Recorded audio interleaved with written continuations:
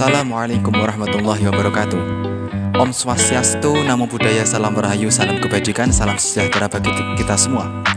Selamat pagi, selamat berbahagia. Yang punya hati, yang tidak punya hati, jangan selalu merasa tersakiti. Oke, pada kesempatan kali ini saya sedang berada di aula Fakultas Adab dan Bahasa yang menjadi keunggulan tersendiri.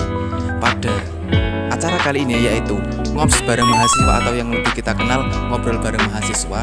Saya akan mengangkat atau mengusung tema tentang filsafat ilmu, yang di dalam filsafat ilmu itu ada 3 eksistensi ilmu, yaitu ontologi, epistemologi, dan aksiologi. Nah, yang akan dibahas sekarang, yang akan kita ulas itu adalah ontologi. Nah, seperti apa kaitannya ontologi? Sedangkan ontologi kan membahas hal yang ada, akan kita kaitkan dengan hal yang tidak ada.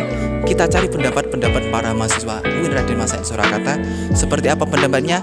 Sudah akan disampaikan oleh teman-teman saya pada di tempat. Silahkan. Saya Desti. Di sini saya akan mewawancarai mahasiswa UIN Raden Masaid Surakarta mengenai apa itu ontologi dan bagaimana pandangan mereka tentang hal gaib jika dikaitkan dengan ontologi. Di sini saya sudah bersama dengan, boleh tahu Mas siapa namanya? Saya? Iya. Oh, saya Muhammad Noval. Ya, Mas, menurut Mas itu ontologi itu yang seperti apa sih Mas? Oh, kalau menurut saya kajian ontologi ya. Kalau ontologi itu terkadang mengkaitkan dengan segala aspek di alam semesta, baik itu unsur-unsurnya, tentang penciptaan dan yang lain sebagainya, seperti itu. Nah, seperti itu. Jadi kalau semisal kita mengaitkan hal-hal yang tak kasat mata atau hal gaib dengan kajian ontologi itu, menurut Mas Noval seperti apa? Ini kan kita harus mencakup dua dulu. Apakah ini berkaitan dengan hal religius atau kajian ilmiah saja ya? Apabila dikaitkan dengan kajian ilmiah itu yang seperti apa Mas? Oh, terkadang kan hal-hal yang mencakup dua hal ini kan agak sedikit berbeda ya. Yang kadang religius dan juga ilmiah, dimana kan ilmu pengetahuan pun belum bisa menemukan secara pasti tentang keberadaan hal tersebut, akan tetapi tentang permulaan terciptanya dunia pun sudah diungkapkan bagaimana proses-prosesnya, sama seperti perciptaan bintang-bintang. Akan tetapi kan ketika kita cakupkan dengan religius itu akan sangat berbeda.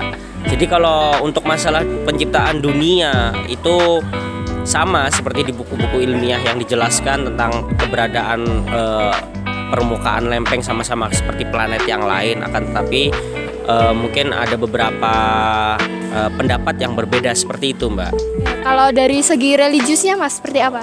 Untuk segi religius itu kan bahwasanya terciptanya dunia itu adalah campur tangan dari Tuhan dan merupakan sebuah kekuasaannya, di mana Tuhan itu menciptakan dasarnya dari tujuh ke atas, 7 ke bawah, yang mana itu merupakan kekuasaannya, seperti itu. Mungkin bisa dilihat di Al-Quran sendiri lah, ataupun hadis-hadis yang tentang menceritakan hal tersebut, seperti itu, Mbak.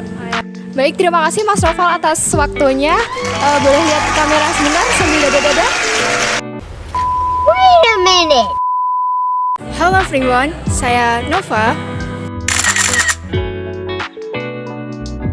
Oke, baik, di sini saya sudah menemukan salah satu mahasiswa kampus UIN Raden Masaid Surakarta. Permisi Mas. Ya, Mbak. Boleh minta waktunya sebentar?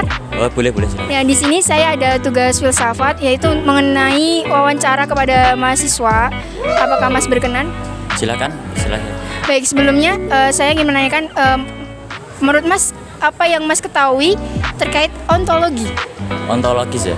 Ontologis itu misalnya katanya itu ontos, yaitu ada, lalu logis itu artinya ilmu. Ya, pengertian singkatnya itu ontologis yaitu pengetahuan tentang keberadaan atau adanya itu.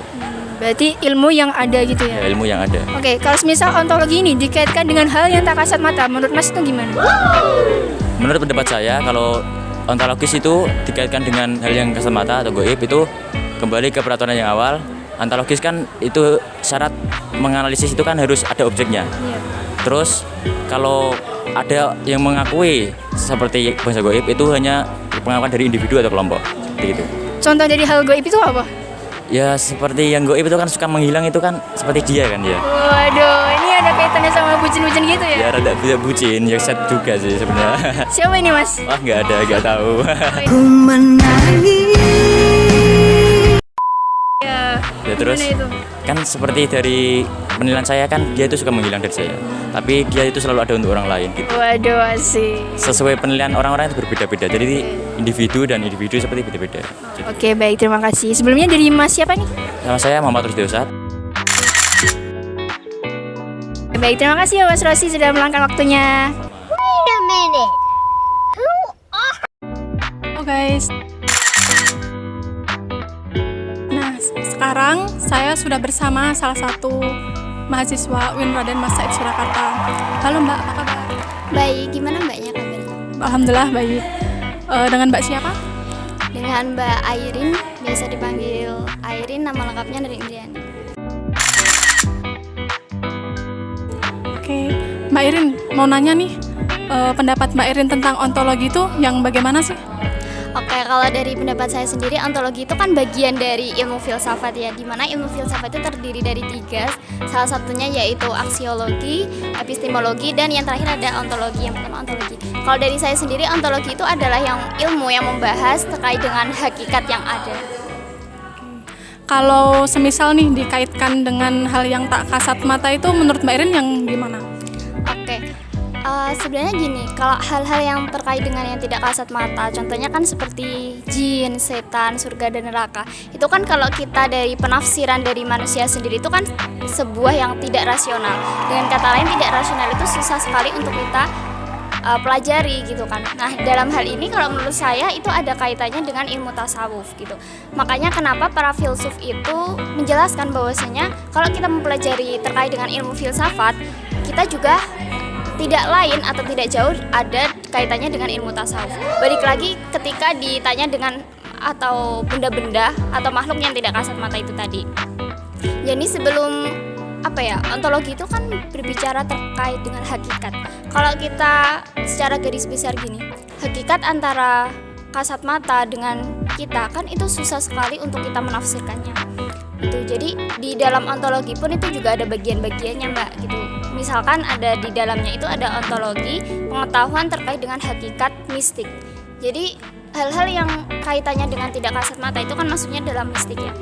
Nah itu, jadi kalau kita tafsirkan mengenai hakikat antara hal-hal yang tidak kasat mata, hakikatnya yaitu siapa yang menciptakan gitu.